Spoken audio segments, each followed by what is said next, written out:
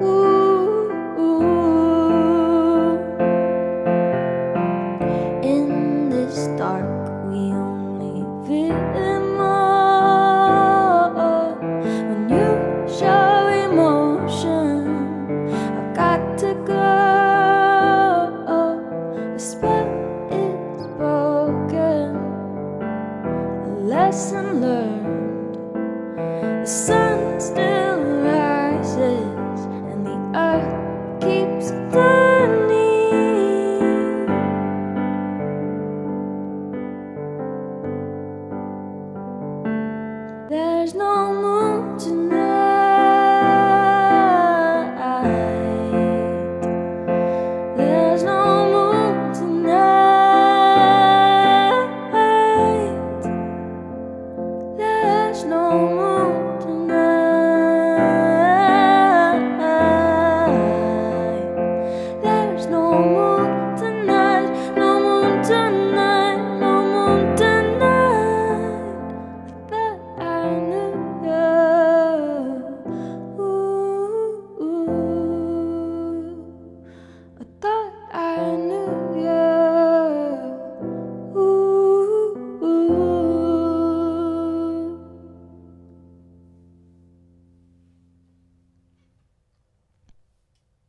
So that was my song, No Moon. Thank you so much for listening to the live version. You're going to get to hear the produced version when we play the music video for you during the interview. But yeah, that was the song that I came up with deep in the trenches of COVID. And yeah, it's just about a really dark night, but there's hope. So I hope you enjoy the interview. I'm just going to give you a few things that are happening in Tacoma this week. I do want to shout out a big thank you again to Local Roots Music Northwest for hosting last week's songwriter round, our songwriter series at the McDuff's Cafe in Tacoma. That was a really fun event with Atomic Pines. Colin played, as well as Arena McLaren with her son Mason. It was just such a wonderful end of the school year treat, and looking forward to another one coming up in July. This weekend, I'm going to be helping out with the night show, which is being produced at Ebony and Ivory. It's called the Summer Mixtape. We're really excited to bring a lot of wonderful local talent in to play some live music. And we also get to interview Rob Markman, who you might have heard a little bit about from Genius, Amazon, MTV. So it's going to be a really great time. We've got Juliet, Nobi, Rocky Sandoval, and Chong the Nomad playing. Again, that is this Saturday, June 29th, starting at 8 p.m. And the tickets are $25 in advance. Such a great deal for so many incredible and talented local musicians. So that'll be an awesome time. I also invite you to watch our live stream this weekend. I am collaborating with Human Campfire Sessions. So that's Human HVMAN.world. You can find their Instagram that way. And we are collaborating on a campfire session called I Want Beautiful Things for You.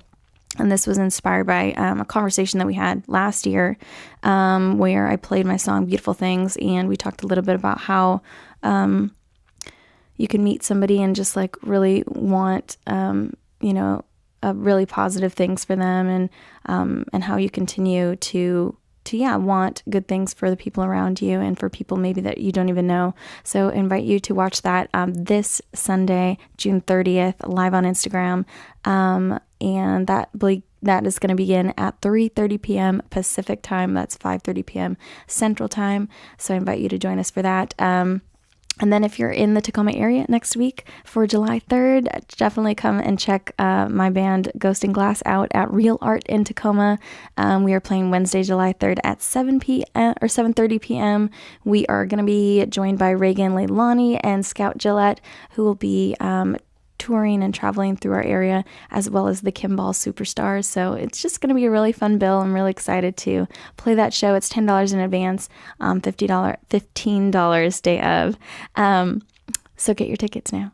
And then Thursday, July 4th, I will be actually at Angle Lake Park at SeaTac. I'm so excited to be emceeing the family 4th of July celebration there. And so I'm going to have a lot of incredible musical talent there as well. Kareem Candy, Logan Kent, Soul Sacrifice, a Santana tribute band, Stay Grounded, Strangely All Right, and Izzy Parker will be singing the national anthem. So it's really going to be a fun time. Come on out.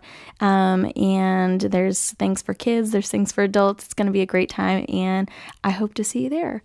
Without further ado, we are going to end this portion of the podcast, and the next thing that you're going to see is my interview with Donovan Wilson, filmed at the Grand Cinema. Again, big shout out to the Grand Cinema in Tacoma for hosting us for this wonderful conversation that we had earlier today, which is actually Monday, June 24th. So thanks again for watching, and you'll be able to see a sneak peek again of the whole music video that we filmed and created together. So yeah, thanks for tuning in. And just one.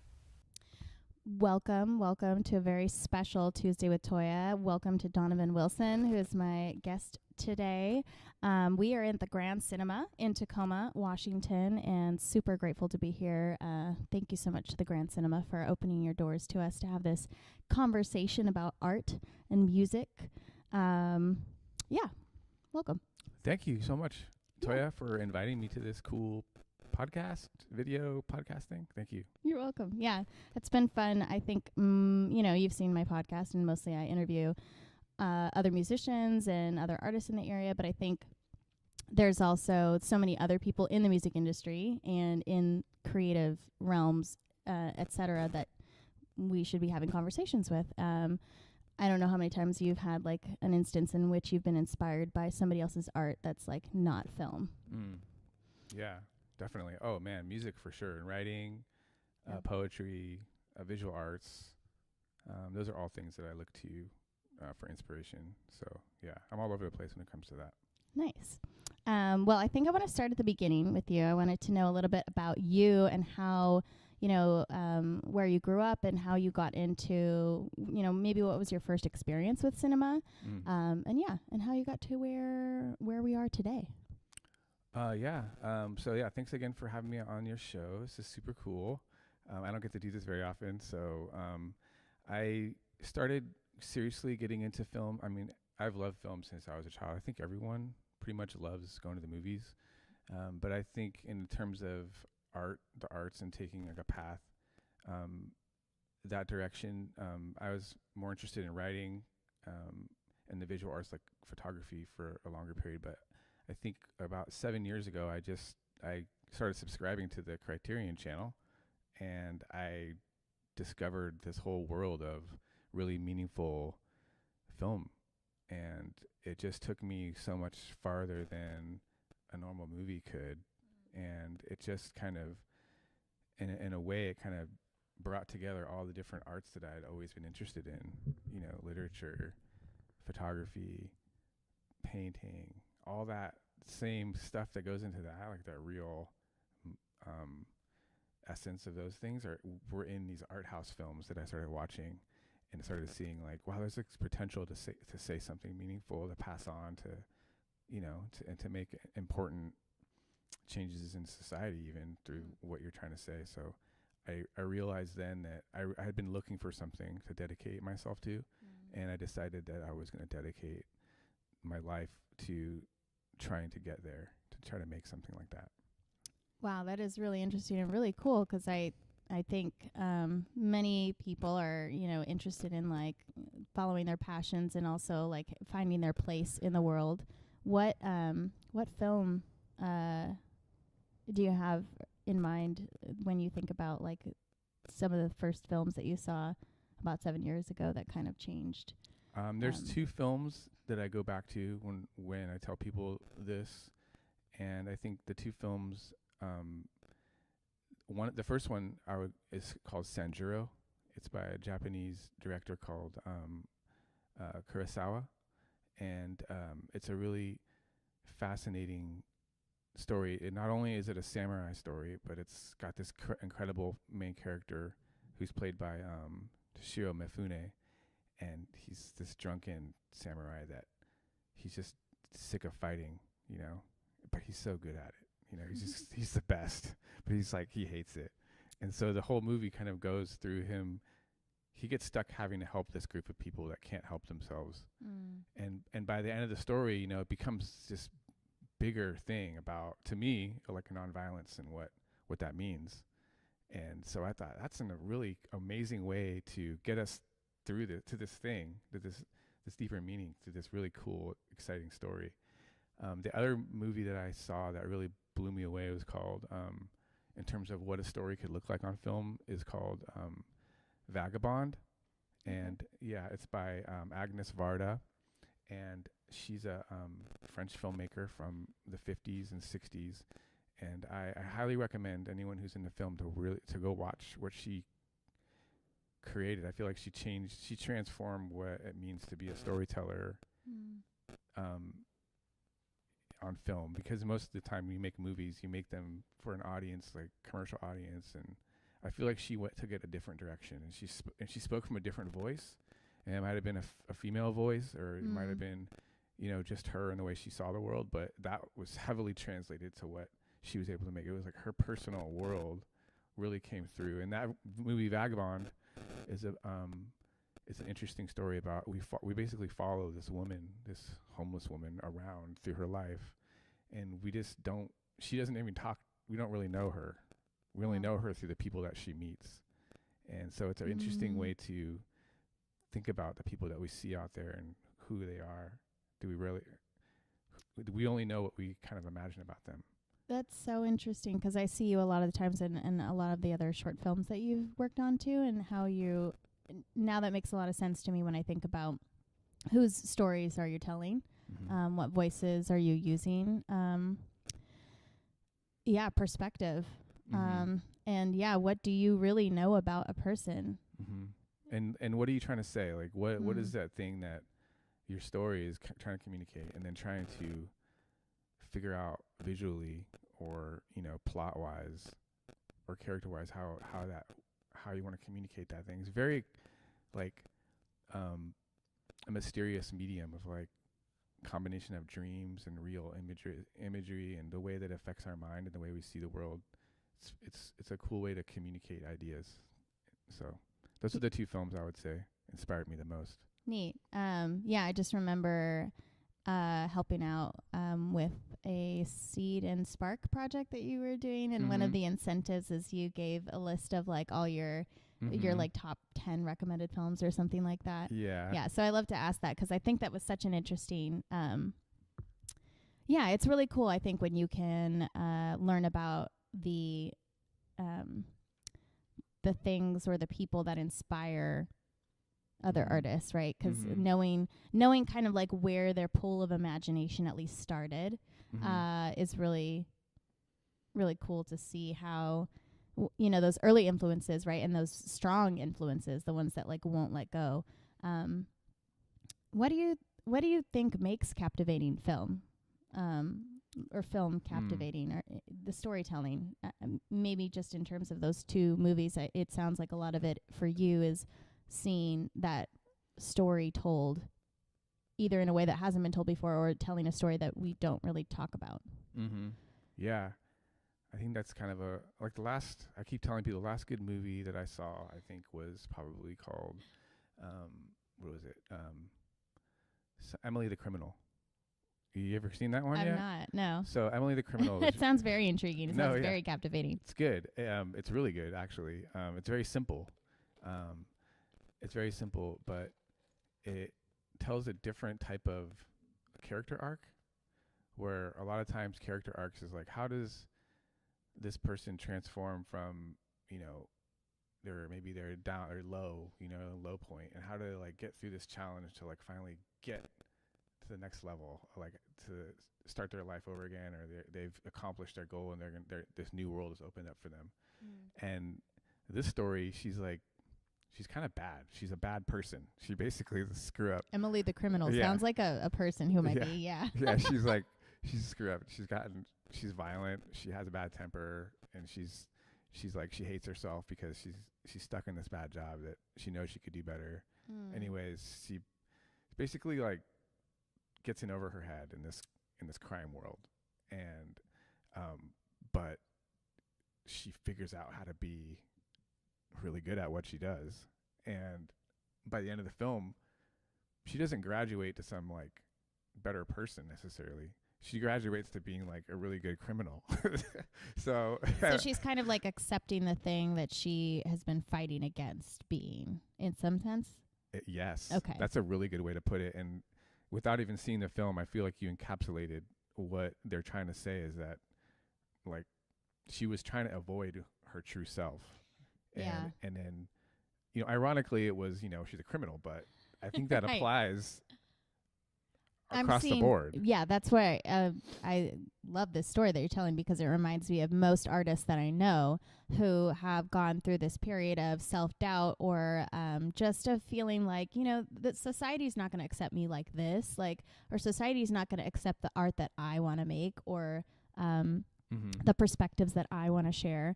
And so, and getting past that point to being okay with yourself, or to accepting who you are, or even embracing who you are as a person or an artist, I think is something that most artists struggle with.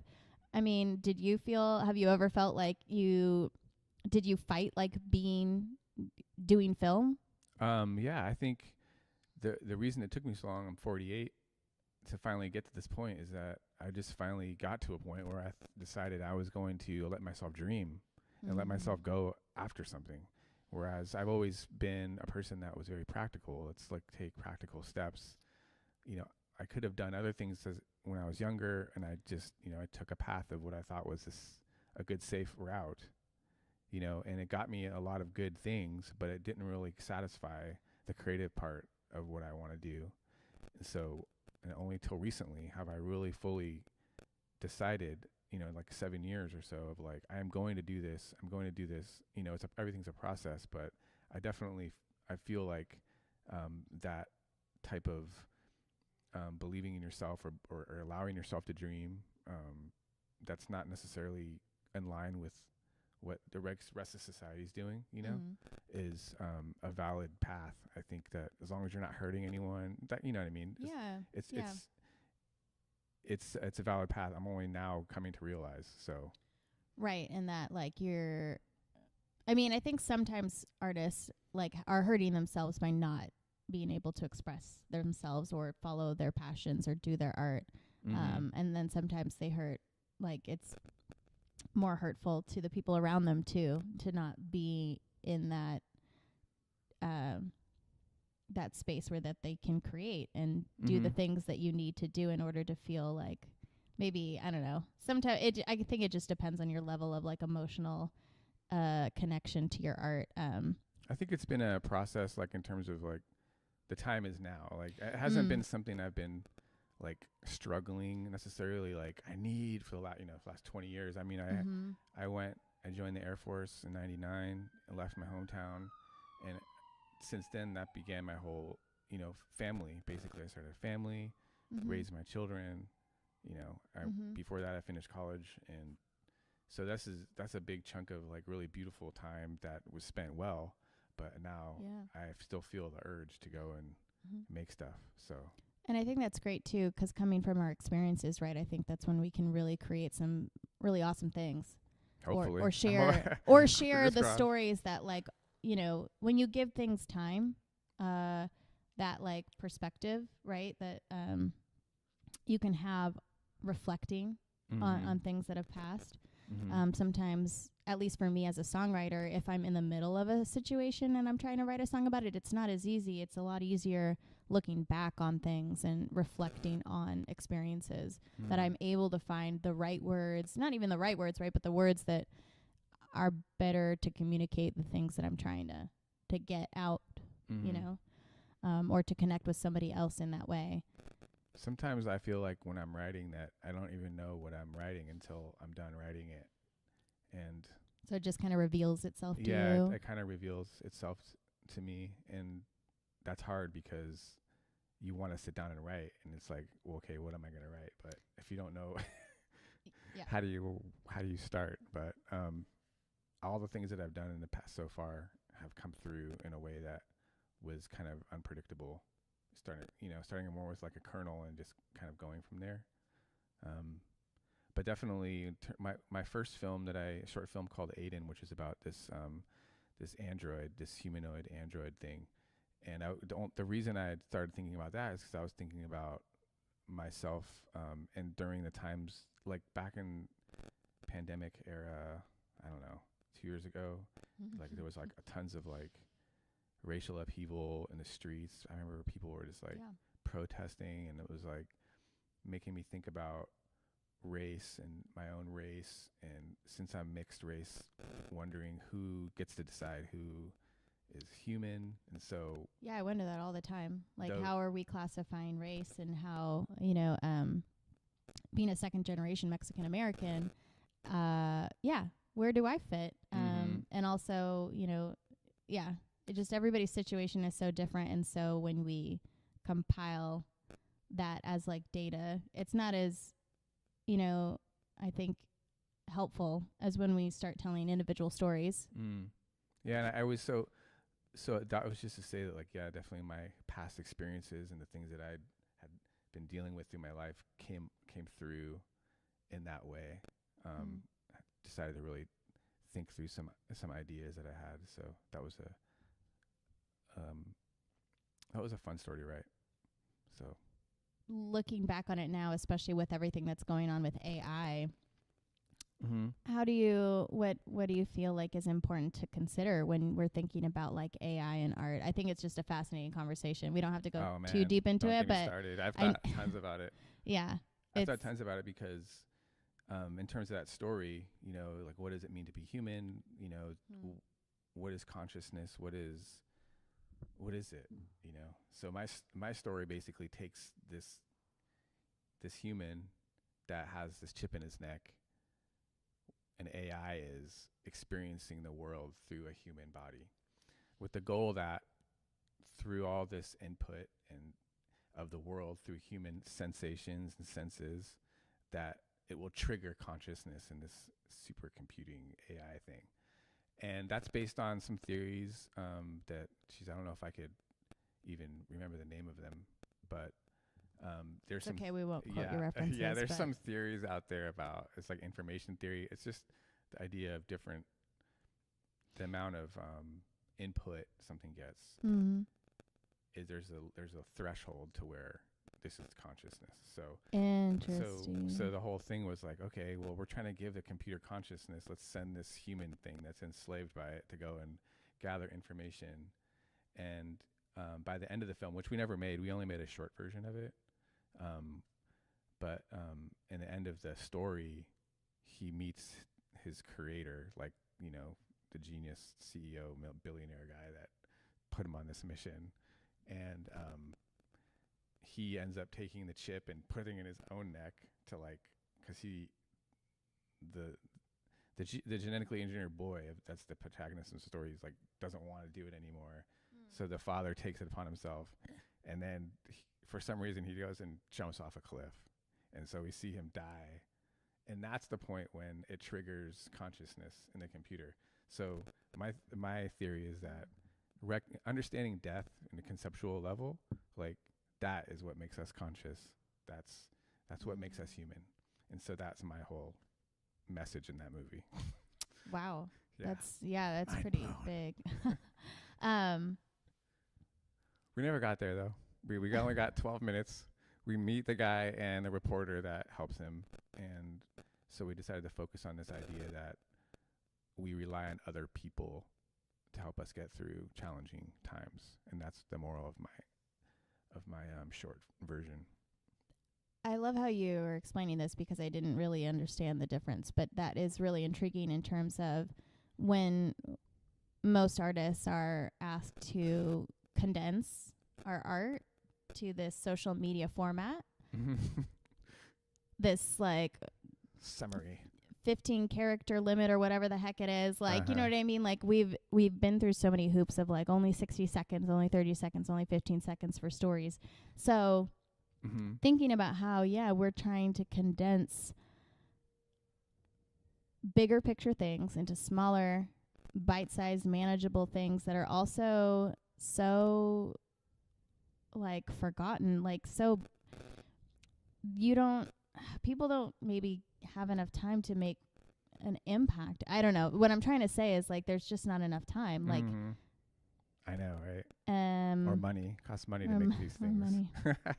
And it's a challenge though, and it takes I think it takes a certain kind of audience, you know, to appreciate, or to at least take the time to try and figure out the puzzles that we're trying. Because I feel like even you as a poet, I see you as a poet, and you're writing poetic lyrics, and I feel like I'm trying to write poetic films, and what I'm creating is like a puzzle. I don't want to just spoon feed people. This is what I think. I want people to like come to these ideas themselves, which is that's my motivation. I mean, I think that's a reflection of art, what art should be, right? It's not about as much the author as it is about the viewer, the audience, the person who is, you know, getting to experience the art.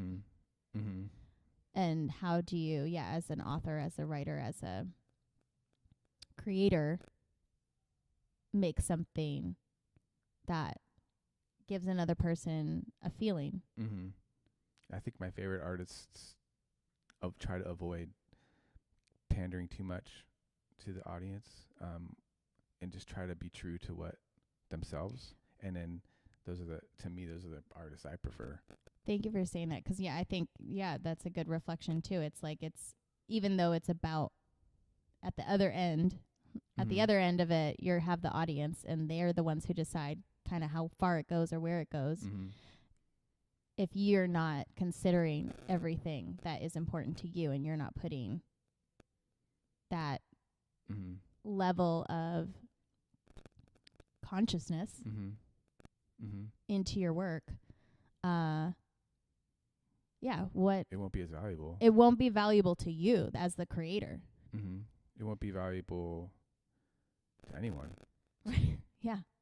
It's kind of like a little gamble as an artist, you know. You put all that hard work and you just hope that stop motion is someone it affects someone. And my films have affected people.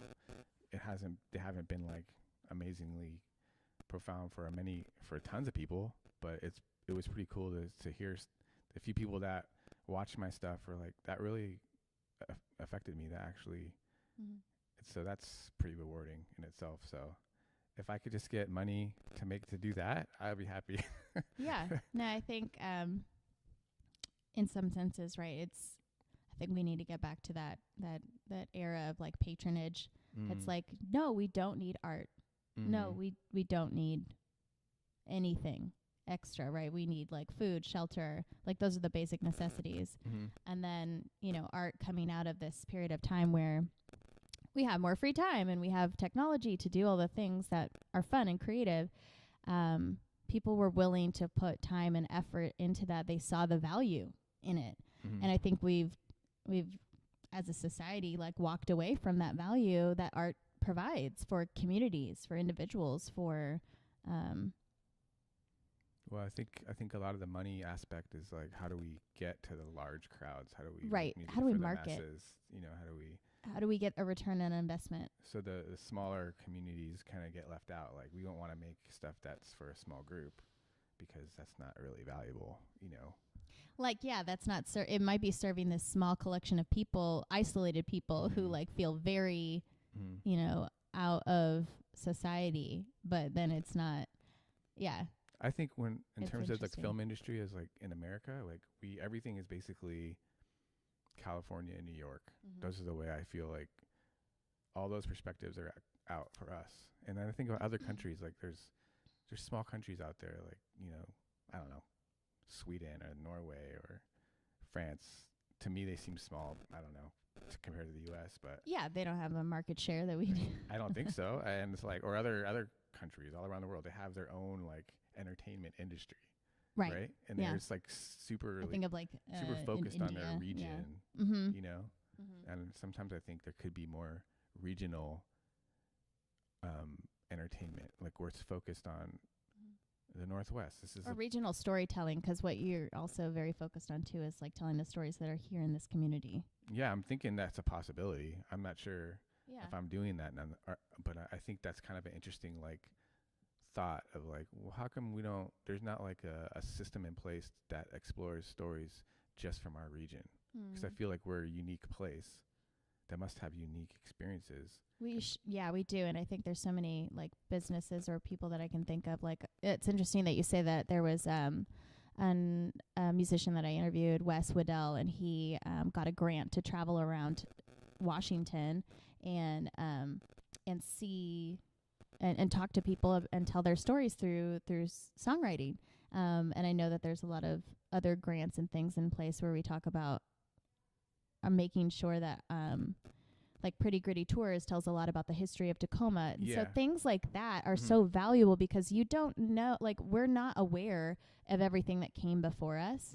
And I think it would be impossible for you to be unless somebody is telling you. I mean, the thing about oral tradition is that it's still very much alive. Like, there's not one place, even Wikipedia, that has everything that we've ever done or like in our experience written down, right? And so where and how do we capture the stories that haven't been told or in a way that it hasn't been seen before?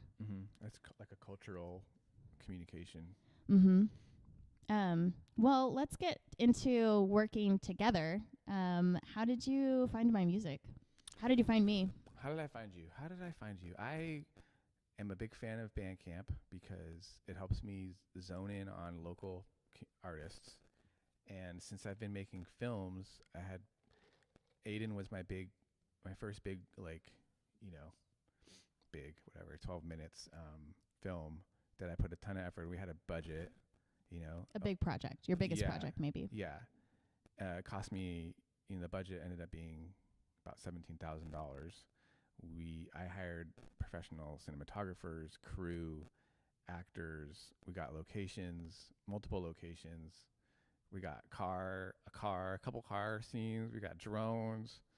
We did a lot, and it was like a ton of work. And I reached out because I wanted to have an awesome like soundtrack. I wanted to have like cool music in it. So I was just out there on Bandcamp looking for local people. I definitely wanted local people. And I got a couple cool local bands that were like, yeah, let's do it. And so I put their music in. But through that, I had found you. And I didn't feel like I had a part for your song in what I was doing. But I remember finding that song, No Moon, and thinking that was really amazing. That really stood out to me in so many, like very cinematic to me. The visual, I was just, seeing so many things when I was listening to that. And I don't remember what my first email to you was, but it might have been something like, hey, I love this song. Can we like do a video? I would love to just like make something on this. Yeah. And, yeah, that's exactly what your email said. Yeah. You were like, I found you on Bandcamp and I like your song. Yeah, that's what I got really used to doing that, like cold calling people. And most of the time people were really open to it. So yeah, I think that's what I'm finding too. Like when I started Tuesday with Toya, I was like, I don't know that anybody's gonna want to talk to me. Mm-hmm. But then the more that you talk to people, it's like, yeah, everybody really wants to share. Mm-hmm. Yeah. And they get excited. People get excited to Mm-hmm. share their art and their work with other good. people and their storytelling. So That's good that you're doing this. Yeah. Well, back to the short. Mhm. It took us like a year to finally get to it because I don't know what happened, but something happened. Oh, you had to film. You got a grant. Oh yeah. Yeah. So I got a grant. So yeah, it was really great. I think, I think everything happens for a reason and timing wise. And, like, especially when you're trying to collaborate with another artist or another person, even another adult, right? We both have very busy schedules. Mm-hmm. Yeah, getting to talk together and just like talk through, concepts and ideas and things. And we kind of like had realized that like, oh, this is cool. I think we have a good similar vibe. I think I'm trusting in what you want to communicate with this music video, and you're like, I think I really want to do this song. Mm-hmm. And then you said you got a grant for another project, and if we could put it on hold, and I was very happy for you also because you were like, this is important to me, and I'm like, yeah. So that was Jacob. Yeah. We called it Jacob's Ladder for a long time. Right. But I felt like I didn't want to be too straightforward with what I was trying to say. I was trying to get more mysterious, of course. So we changed the name. It's called I Dreamed I Was Naked and the World Turned Upside Down. Wow. And that's the original title I had on the original script that I wrote. But I went away from that, then I went back to it. So it's a super long title, but to me, it's intriguing. More true. To what year? Yeah. Well, it's intriguing. It's like the way I wrote it was, I wanted it to be like someone was telling you a dream. Mm-hmm. If you were like met someone, I had this crazy dream. Mm-hmm. The world turned upside down. You give them this really like good hook. You got to tell them the hook first. Yeah, right. And so that was just the way I saw it. It's like, I want to give people a hook to this amazing, wild dream I had.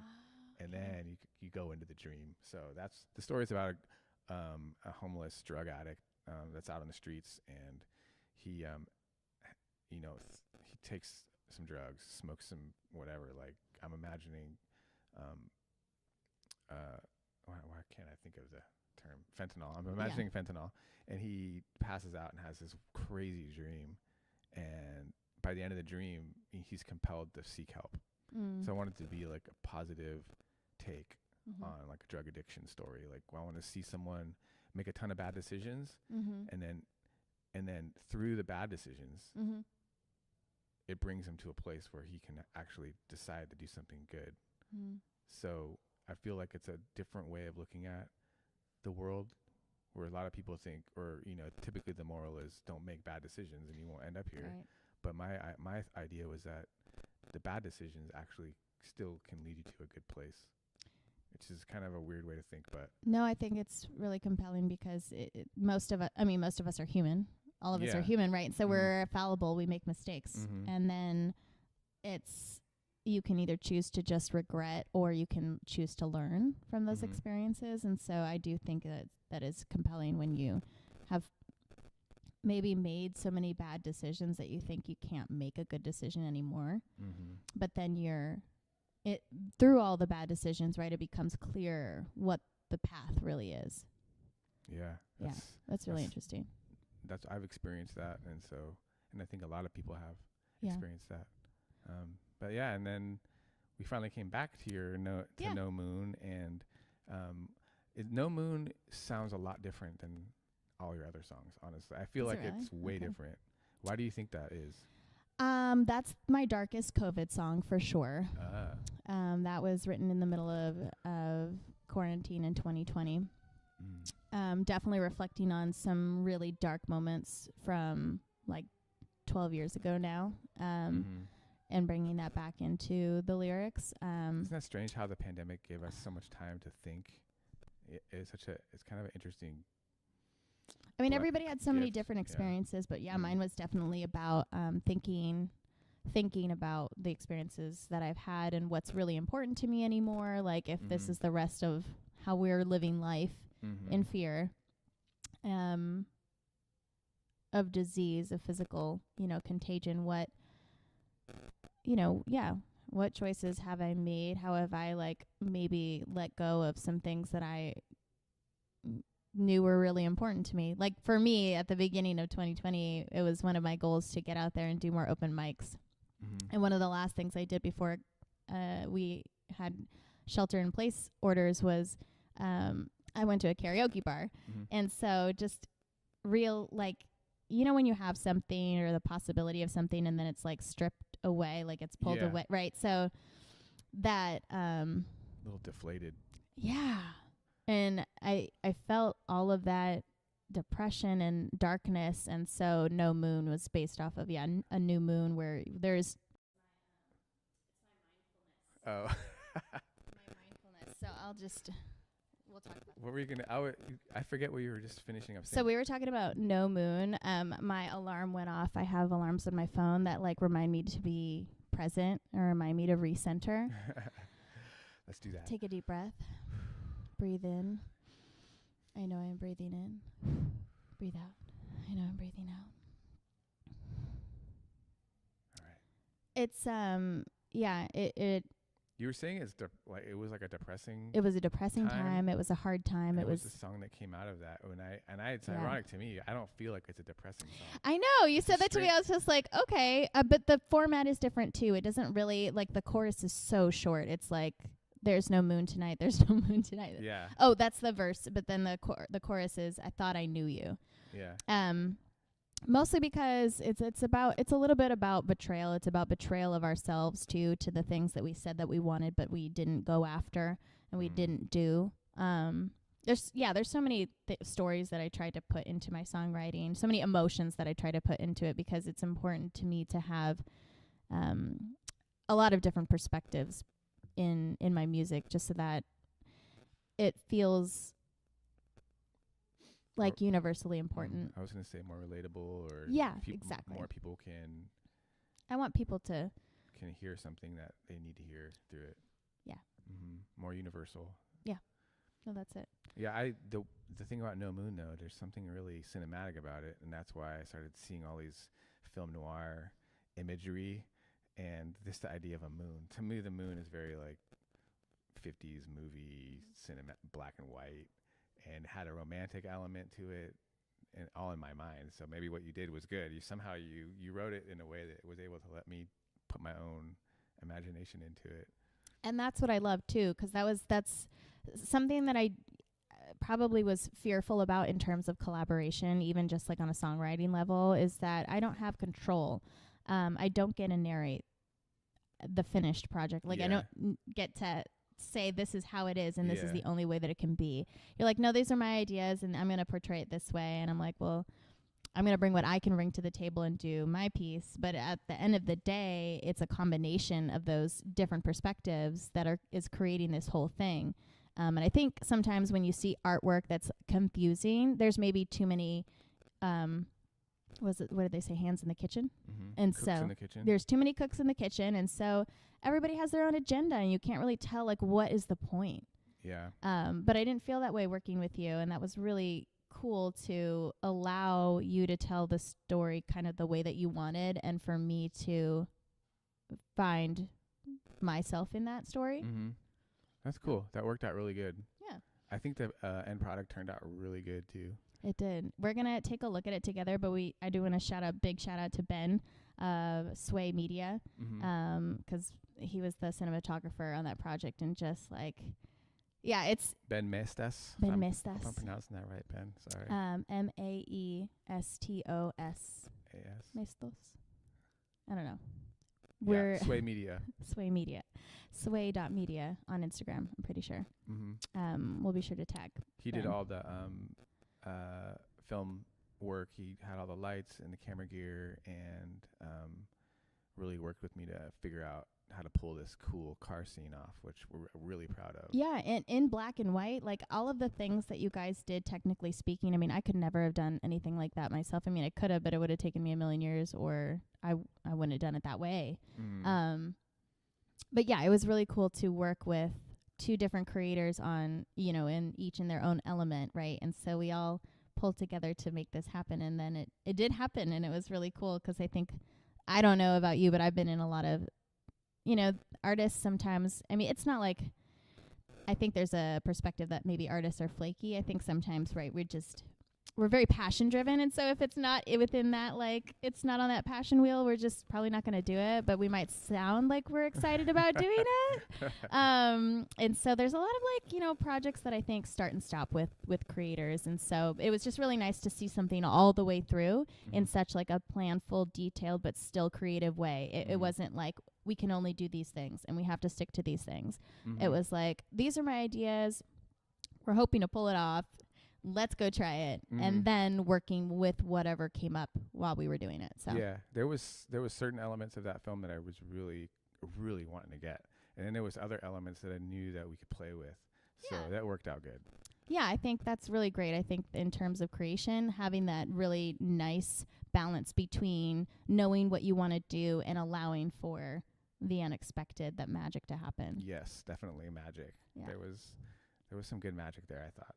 So perfect. So we're going to take a quick break to watch it. And you guys, I'll be playing it for you guys in just a moment. Stay tuned.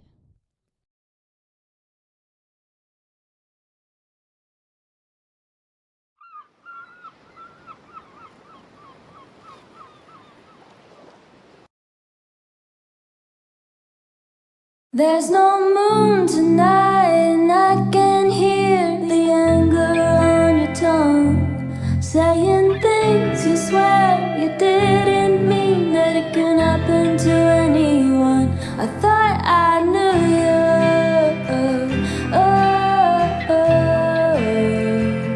I thought I knew you.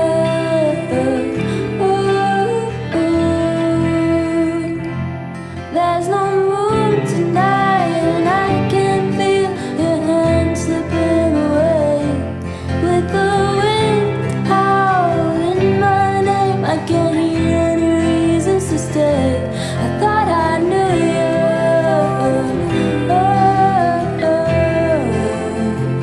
I thought I knew you.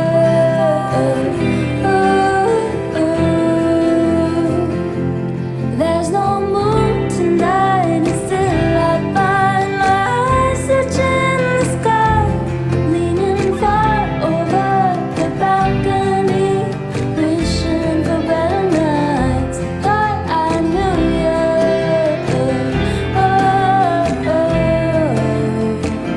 I thought I knew you.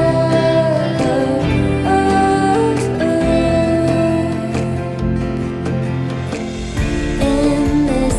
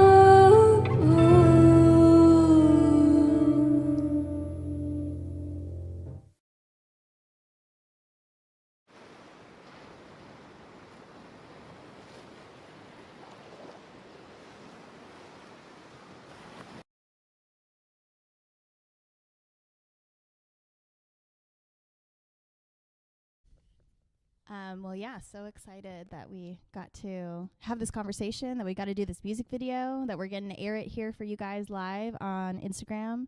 And yeah, it's just been great working with you. I look forward to continuing to work with you. We are working on another project together, which has been really exciting and fun, and we're hoping to get probably funding really to create the full.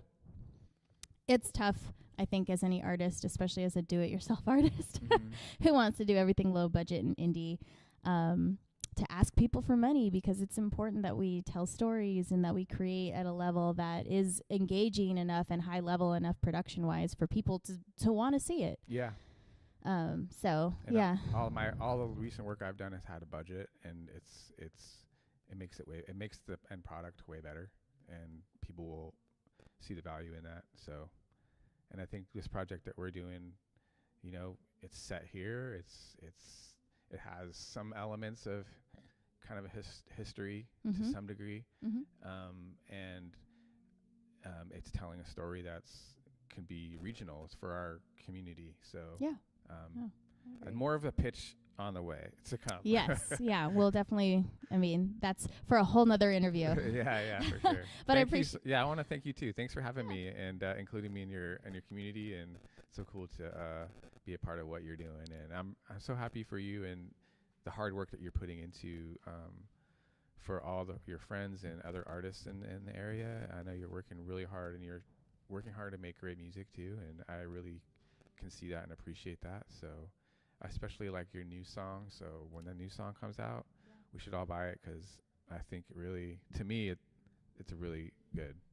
I don't, I could coming out next Tuesday. Level up. When I say level up, I don't know. Up. Yeah, Bandcamp. Everybody go to Bandcamp. Buy my song next Tuesday, From the Universe. But yeah, no, that's cool. I appreciate you. Thank you so much, and for like even noticing those things. It's really cool when we can all connect as a community and as our, artists and creators, to say, I see you. Keep going. Yeah, thank you. Yeah, cool.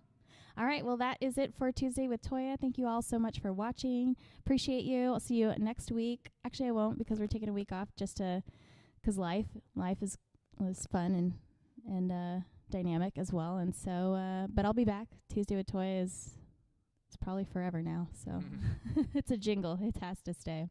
Tuesdays with Toya.